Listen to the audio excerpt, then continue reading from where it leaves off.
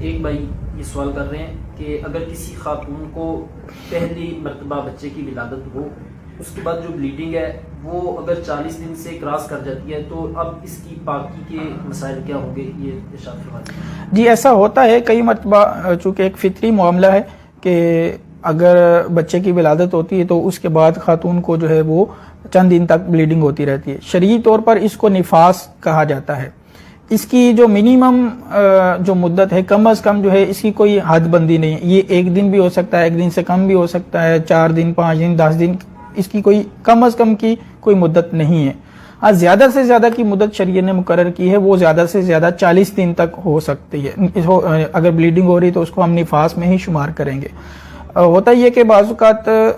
Bleeding جو ہے وہ جلدی رک جاتی ہے، تو پھر ایسی صورت میں شریعت کا حکم یہ ہے کہ جیسے ہی بلیڈنگ رک گئی ہے تو اس کے بعد خاتون جو ہے وہ غسل کر کے طہارت حاصل کر کے نمازیں پڑھنا شروع کر دے گی۔ 40 دن تک خام خواہ ویٹ نہیں کریں گے۔ بلیڈنگ ہو رہی ہے تو پھر ہم رکے رہیں گے، اگر بلیڈنگ ختم ہو گئی ہے تو پھر فوری طور پر جو ہے وہ نمازیں شروع کر دی جائیں گی طہارت حاصل کرنے کے بعد۔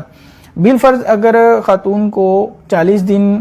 تک اس نے ویٹ کیا لیکن اس کے بعد بھی اس کو بلیڈنگ ہو رہی ہے، ابھی اس کی بلیڈنگ ختم نہیں ہو رہی، تو اب ایسی صورت کے اندر شرعی حکم یہ ہے کہ وہ 40 دن کے بعد فوری طور پر جو ہے وہ طہارت حاصل کرے گی اور نمازیں پڑھنا جو ہے وہ شروع کر دے گی۔ اب مزید انتظار نہیں کرے گی، اب اس کو نمازیں پڑھنا جو ہے وہ ضروری ہے۔ اب اس کے بعد اب کتنے دن نمازیں پڑھے گی، یہ بھی ایک ایشو آتا ہے کہ اگر 40 دن کے بعد مسلسل وہ رک ہی نہیں رہا معاملہ اور وہ کنٹینیوسلی بلیڈنگ ہوئی جا رہی ہے، تو اب کتنے کے دن اس کو کہا جائے گا کہ نمازیں پڑھتی رہے، اور نیکسٹ جو اس کی منتھلی پیریڈ ہے وہ کب شمار ہوگا، ماہواری اس کی کب شمار ہوگی۔ تو اس حوالے سے شریعت کا حکم یہ ہے کہ وہ یہ دیکھے گی کہ حمل سے پہلے 2 چیزیں نوٹ کرے گی کہ حمل سے پہلے اس کو لاسٹ ٹائم جو ہے وہ ماہواری کے ایام جو آئے تھے وہ کتنے دن آئے تھے، اور اس لاسٹ ماہواری سے پہلے اس کو پاکی کے دن کتنے آئے تھے۔ مثال کے طور پر اگر حمل سے پہلے اس کو آخری بار جو ماہواری آئی تو وہ تھی اس کی 7 دن کے لیے، اور اس سے پہلے جتنے دن وہ پاک رہی وہ تقریباً 20 دن تھے مثال کے طور پر۔ تو اب یوں کرے گی کہ وہ جب 40 دن نفاس کے مکمل ہو جائیں گے تو 40 دن کے فوری بعد جو اگلا ٹائم پیریڈ ہے وہ اس کی پاکی کا پیریڈ شروع ہو جائے گا، اور چونکہ اس کی لاسٹ جو عادت تھی وہ 20 دن کی، تو اب وہ 20 دن تو